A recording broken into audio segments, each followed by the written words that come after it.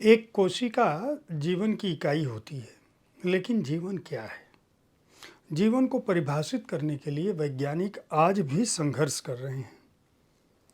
प्रत्येक सिद्धांत, अनुमान या विचार अपने वैज्ञानिक रुझानों के आधार पर जीवन की परिभाषा चुनता है, लेकिन वैज्ञानिक विमर्शों, विज्ञान के इतने वर्षों के विकास के बावजूद, सैकड़ों हजारों परिभाषाओं के बावजूद अंततः इस बात पर सर्वसम्मति नहीं है कि जीवन दरअसल क्या है। और ऐसे समय में जब वैज्ञानिक अपनी धरती पर जीवन के रहस्यों को नहीं जानते हैं, तब खगोल विज्ञान ब्रह्मांड में दूसरे ग्रहों पर जीवन की तलाश कर रहा है। इसका अर्थ क्या है?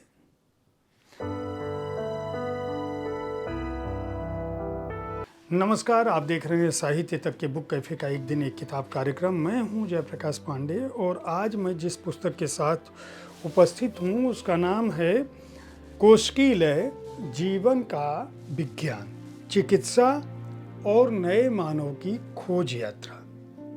यह पुस्तक पहले दरअसल अंग्रेजी में लिखी गई, जिसका नाम था the song of the cell. उस पुस्तक का हिंदी अनुवाद है जिसे संदीप जोशी ने किया है। सिद्धार्थ मुखर्जी भारतीय मूल के अमेरिकी ऑन्कोलॉजिस्ट और लेखक हैं। कैंसर पर आपने एक पुस्तक लिखी थी जिसका नाम था the emperor of all melodies, a biography of cancer. इस पुस्तक को 2011 में पुलित्जर पुरस्कार से सम्मानित किया गया था। आपने न्यूयॉर्क टाइम्स की बेस्ट सेलर पुस्तक the gene N intimate history भी लिखी थी। The best American science and nature writing के संपादक भी रहे हैं और द लॉज ऑफ मेडिसिन भी आपकी जो पुस्तक थी वह काफ़ी चर्चित रही है। मुखर्जी कोलंबिया विश्वविद्यालय में मेडिसिन के एसोसिएट प्रोफेसर हैं, कैंसर चिकित्सक हैं, शोधकर्ता हैं और भारत सरकार ने चिकित्सा के क्षेत्र में उनके महत्वपूर्ण योगदान के लिए उन्हें पद्मश्री से भी सम्मानित किया है। संदीप जोशी ने इस पुस्तक का बखूबी अनुवाद हिंदी में किया है और यह पुस्तक यही बताती है कि दरअसल यह जो जीवन का विज्ञान है, इस पर बहुत कुछ निर्भर करता है। अगर हम अपनी कोशिकीय संरचनाओं को जान सकें, जीवन का प्राथमिक कण क्या है, जीवों का प्राथमिक कण क्या है, हम कोशिका से ही आगे बढ़ते हैं और हमेशा कोशिका में ही लौटेंगे। बिना जीवन के किसी भी कोशिका का निर्माण नहीं हो सकता। उसी तरह से किसी भी व्यक्ति का जीवन बिना कोशिकाओं के नहीं हो सकता। यह पुस्तक अलग अलग अध्यायों में इस बात को दर्ज करती है कि मूल कोशिका क्या है। जब हम मूल कोशिका की बात करते हैं तो हमारे सामने एक अदृश्य संसार दिखाई पड़ता है। दृश्य कोशिका क्या है, छोटे जानवरों के बारे में जो काल्पनिक कहानियां हैं वो क्या हैं, सार्वभौमिक कोशिकाएं क्या हैं, इस छोटे से संसार का सबसे छोटा सा कण, उसमें इतनी अखंड ऊर्जा क्यों समाहित है, रोगजनक कोशिकाएं क्या हैं, सूक्ष्म जीव कौन से हैं जो संक्रमण पैदा करते हैं और एंटीबायोटिक क्रांति क्या है, संगठित कोशिकाओं किसे कहते हैं, कोशिकाओं की आंतरिक संरचना क्या है, कोशिकाओं का विभाजन किस तरह से होता है, सेलुलर प्रजनन और आईवीएफ ने किस तरह से टेस्ट ट्यूब बेबी को जन्म दिया, इसकी खोज से जिन कोशिकाओं से छेड़छाड़ की गई उनके परिणाम क्या रहे और विकासशील कोशिका कैसे बनती है। ऐसा क्या होता है कि शरीर की कोशिकाएं जब अनियंत्रित हो जाती हैं तो व्यक्ति बीमारियों का शिकार हो जाता है। अशांत कोशिकाएं क्या होती हैं, प्लेटलेट्स थक्के क्या होते हैं, आधुनिक महामारी किस तरह से होती है और किस तरह से संरक्षक कोशिकाएं भी शरीर में होती हैं जो बाकायदा न केवल आपके शरीर की बुरी कोशिकाओं से रक्षा करती हैं बल्कि रोगों को के विरुद्ध एक चुनौती के रूप में खड़ी होती हैं। रक्षक कोशिकाएं क्या हैं? जब एक शरीर से दूसरे शरीर को हम स्थानांतरित करते हैं, प्लेटलेट्स की बात बहुत सारी हुई, एक व्यक्ति का प्लेटलेट दूसरे को चढ़ाया जाता है तो वह किस तरह से संरक्षा करता है, या जब शरीर में खून की कमी होती है तो उसी ब्लड ग्रुप का खून क्यों किसी व्यक्ति के शरीर में चढ़ाया जाता है, टी कोशिका की सूक्ष्म बुद्धिमत्ता क्या है और सहनशील कोशिकाएं क्या होती हैं, यह पुस्तक यह भी बताती है। महामारी धरती पर कैसे आई, उन्होंने किस तरह से अपना पूरी दुनिया को, एक बार कोई महामारी आती है, एक कोने में आती है, संसार के एक कोने में, एक छोटे से हिस्से में किसी जीव के माध्यम से, और किस तरह से वह पूरी दुनिया को न केवल अपने कब्जे में ले लेती है बल्कि उसे डरा देती है, भयभीत कर देती है। प्लेग से लेकर मलेरिया से लेकर, और हाल के दिनों में हमने कोविड-19 के दौरान यह देखा कि किस तरह से पूरी दुनिया सहम गई थी और स्थिर हो गई थी।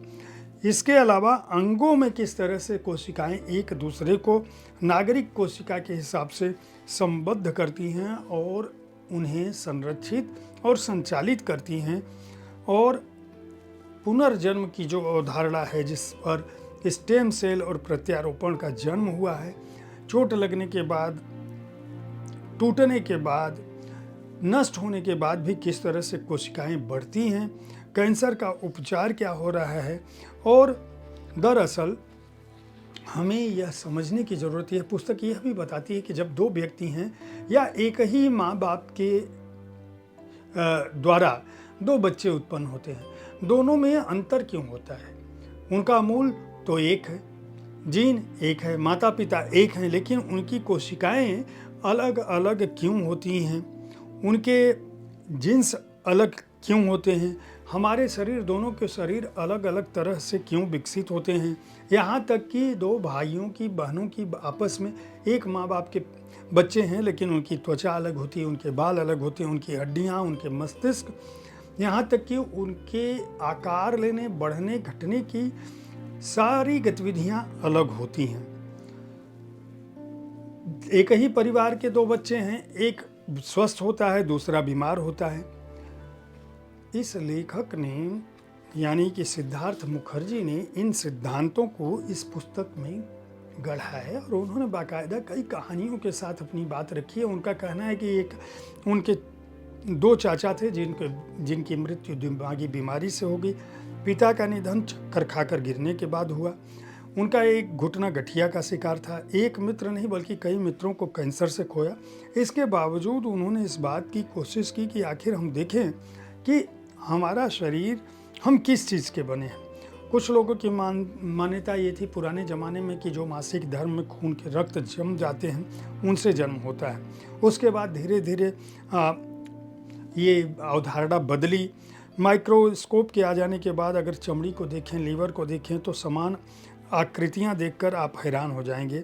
दरअसल आपको ये पता चलेगा कि आप एक ही इकाई की जीवंत सेल से बने हैं। हर पहली कोशिका दूसरी कोशिका को बनाती है और फिर अन्य को बढ़ती चली जाती है। आखिर मनुष्य ने कब जाना कि दरअसल इंसान जीवंत और स्वतंत्र इकाइयों का मिश्रण है?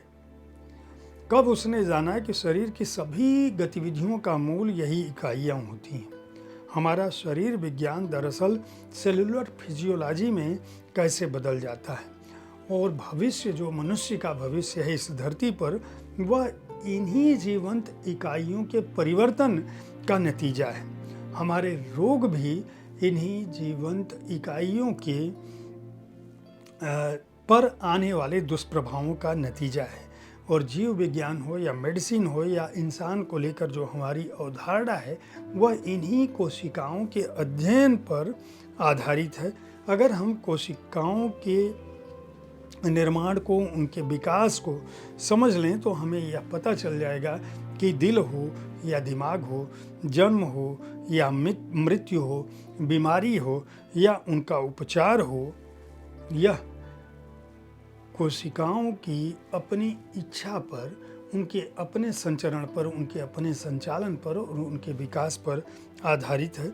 इस पुस्तक का बहुत ही अनूठा अनुवाद किया है संदीप जोशी ने। हालांकि यह पुस्तक विज्ञान की पुस्तक है, चिकित्सा विज्ञान की पुस्तक है, तो पढ़ने में हिंदी में उसी तरह से कठिनाई आती है जिस तरह से आप किसी दुरूह विषय को पढ़ते हैं, कठिन विषय को पढ़ते हैं। चिकित्सा विज्ञान वैसे भी अंग्रेजी में भी बहुत कठिन है, तो उस लिहाज से हिंदी में शोधार्थियों के लिए और जो लोग चिकित्सा विज्ञान से जुड़े हैं, जीवन की गति को समझना चाहते हैं, कोशिकाओं को समझना चाहते हैं, थेरेपी को समझना चाहते हैं, सेल्स को समझना चाहते हैं, वे इस पुस्तक को खरीद कर पढ़ सकते हैं। इसे पेंगुइन रैंडम हाउस ने प्रकाशित किया है। 799 रुपये इसका मूल्य है और पेंगुइन रैंडम हाउस के लिए पेंगुइन स्वदेश ने हिंदी भाषा में यह पुस्तक प्रकाशित की है। मैं उम्मीद करता हूँ कि साहित्य तक पर हर दिन जब मैं एक दिन एक किताब कार्यक्रम में बुक कैफ़े में पुस्तकों पर अपनी राय रखता हूँ, वह आपको पुस्तक क्रय करने की दिशा में आपको मदद करता होगा, आपकी पसंद की पुस्तकों के चुनाव में सहायक होता होगा। कल ठीक इसी समय ऐसी ही किसी एक पुस्तक के साथ मैं फिर उपस्थित होऊंगा। साहित्य तक देखते रहें, बुक कैफ़े देखते रहें, पुस्तकें खरीदते रहें और इस कार्यक्रम के बारे में अपनी राय से अवगत कराना न भूलें। धन्यवाद।